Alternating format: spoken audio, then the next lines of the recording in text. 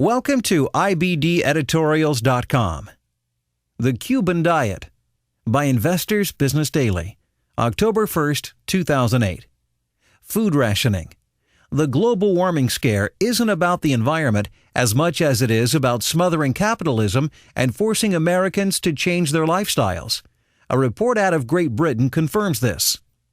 Basing its recommendation on the theory that the greenhouse gases emitted by meat and dairy production are principal contributors to global warming, the Food Climate Research Network, operating out of the University of Surrey, strongly suggests that meat and milk consumption in developed countries be rationed. This nonsense, emanating from an institute of supposedly higher learning, is alarmingly similar to the madness spouted by Rajendra Pachauri, the vegetarian chair of the United Nations Intergovernmental Panel on Climate Change, who wants people to, quote, give up meat for one day, a week initially, and decrease it from there, unquote.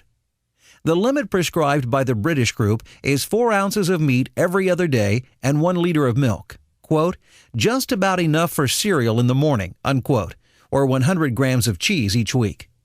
Americans currently consume roughly 10 ounces of meat a day and drink a little more than 1.5 liters of milk per week. Each of us eats more than 270 grams of cheese on a weekly basis.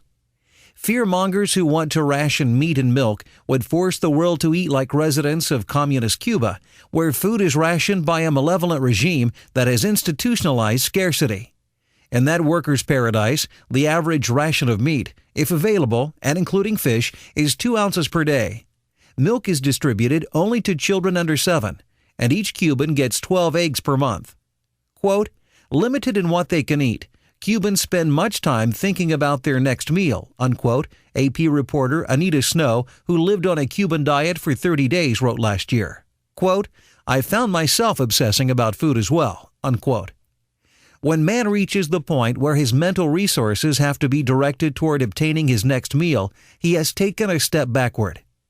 Tara Garnett, author of the Surrey Report, reportedly believes that simply encouraging voluntary changes in habits doesn't work and supports government restrictions on greenhouse gas emissions. It's reasonable to assume that she would embrace state-mandated food rationing, using her group's guidelines as well. It wasn't hard to see this coming. The forces that want to scare the world about global warming wish to dictate how the rest of us live, from the homes we live in to the automobiles we drive, and now to the food we eat.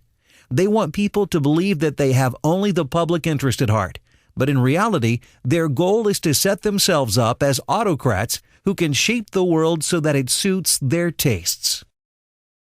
Copyright 2008, Investors Business Daily. Read to you by OutloudOpinion. For more podcasts, visit IBDeditorials.com.